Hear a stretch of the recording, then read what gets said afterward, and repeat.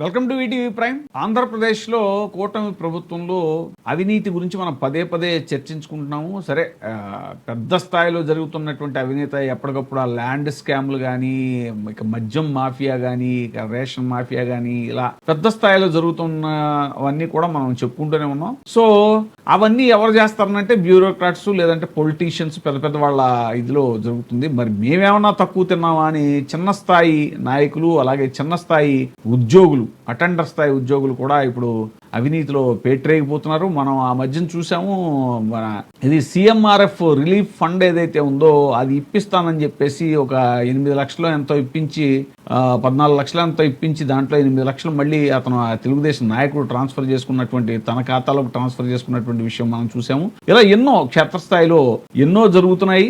ఇక దుర్గగుడిలో అయితే ఈ ఆభరణాల చోరీ విషయంలో దాంట్లో కూడా ఇది మన రోల్డ్ గోల్డ్ దాని గురించి కానీ రకరకాలు కింది స్థాయిలో వాళ్ళు కూడా ఇక తెగబడుతున్నారు. ఎందువల్లంటే పై స్థాయిలో ఎప్పుడైతే చూస్తారో వాళ్ళు ఇవన్నీ చూసినప్పుడు వాళ్ళు చేయగలేదు మనం చేస్తే ఏంటి అనేలాగా పరిస్థితులు వస్తున్నాయి. ఇప్పుడు తాజాగా ఏంటంటే ఒక అటెండరు ఆదాయానికి మించిన ఆస్తులు ఉన్నాయి అతనికి. ఏంటా అని ఆరా తీస్తే అతనికి పేరుకి అటెండరే కానీ ఆదాయానికి కూడబెట్టిన ఆస్తులకి ఎక్కడ పొంతన లేదు. చెర ఆస్తులు భారీగా పోగేశారు. బినామీ పేర్లతోనూ ఆస్తులు కొన్నట్లుగా భావిస్తున్నారు. విజయవాడ గవర్నర్పేటలోని రాష్ట్ర పన్నుల విభాగం సహాయ కమిషనర్ కార్యాలయంలో అటెండర్ గా పనిచేస్తున్నటువంటి కొండపల్లి శ్రీనివాసరావు, అతని సోదరుల ఇళ్లలో ఏసీబీ అధికారులు శుక్రవారం చేపట్టిన తనిఖీల్లో భారీగా ఆస్తులు వెలుగు చూశాయి. దీంతో అతనిపై ఏసీబీ కేసు నమోదు చేసింది. 1986లో శ్రీనివాసరావు ఉద్యోగిగా చేరారు. గత ఏడాది అక్టోబర్ 16న విజయవాడ పాత బస్తీలోని అవనీ ట్రాన్స్పోర్ట్ కార్యాలయంలో ఓ వ్యాపారి నుంచి 16,000 లంచం తీసుకుంటూ ఏసీబీ అధికారులకు దొరికారు. అరెస్ట్ అయ్యి జైలుకు వెళ్లి వచ్చారు. రిమాండ్కి వెళ్లడంతో సస్పెన్షన్ గురయ్యారు. తాజాగా చేపట్టిన తనిఖీల్లో శ్రీనివాసరావు ఇంట్లో పలు ఆస్తులను ఏసీబీ అధికారులు గుర్తించి వాటి గురించి ఆరా తీశారు. ఒక భవనం, 41 లక్షలతో కొన్న ఇంటి స్థలం, 5 బిస్కెట్లతో కలిపి 260 గ్రాముల బంగారం, 7.8 కిలోల వెండి. ఈయన అందుకే వెండి కొండ అంటున్నారు. వెండి కొండ అటెండర్ అని కూడా అంటున్నారట.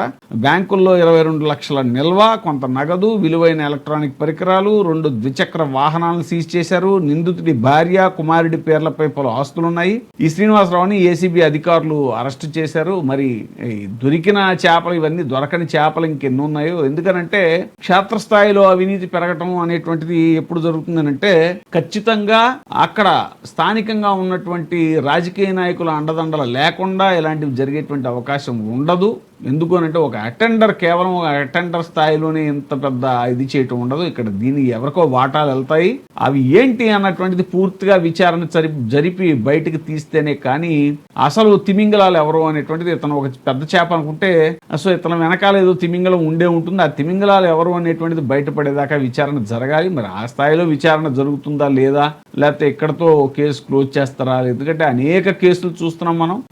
అక్కడ ఏదో ఒక సెటిల్మెంట్ అయిపోతుంది. సెటిల్మెంట్ తోటి, ఎందుకంటే ఏపీ పోలీస్ వ్యవస్థ గురించి మనం పదే పదే చెప్పుకుంటున్నాం కూడా. వాళ్ళు ఏంటంటే అధికార పార్టీ వాళ్ళకి కొమ్ము కాయటం కానీ, లేదంటే సెటిల్మెంట్లు ఇవి వాటిల్లో వాళ్ళ యొక్క పాత్ర ఉంటుంది ఖచ్చితంగా. ఇలా ఎవరైనా పట్టుబడినప్పుడు సో ఆటోమేటిక్గా అక్కడ లోకల్గా రాజకీయంగా పలుకుబడి ఉన్నటువంటి వ్యక్తితోటి ఒక అండర్స్టాండింగ్, సెటిల్మెంట్ అయిపోయి వాటాలు పనిచేసుకుని అతన్ని వదిలేసేటువంటి అవకాశం కూడా ఉంటుంది. కేసు కొట్టేసేటువంటి అవకాశం కూడా ఉంటుంది. దానికి ఏవో కారణాలు చెప్తారు, రకరకాల కారణాలు. బట్ ఏదైనా సరే ఒక అటెండర్ స్థాయిలో ఇంతంత ఆస్తులు కూడబెట్టడం అనంటే అక్రమంగా ఎంతమందిని దోచేసి ఉంటే ఆయన, ఎంతమంది అమాయకుల పాపం అమాయకులైనటువంటి వాళ్ళని ఇది చేస్తేను, లేకపోతే ఆయన పనిచేస్తుంది ఎక్కడ అంటే అది రాష్ట్ర పన్నుల విభాగం సహాయ కమిషనర్ కార్యాలయంలో పనిచేస్తున్నాడు అని అంటే మరి ఖచ్చితంగా ఇక పన్నుల కమిషనర్ కార్యాలయంలో ఉండేటువంటి పెద్ద పై స్థాయి అధికారులకు దీంట్లో ఏమైనా వాటా ఉందా,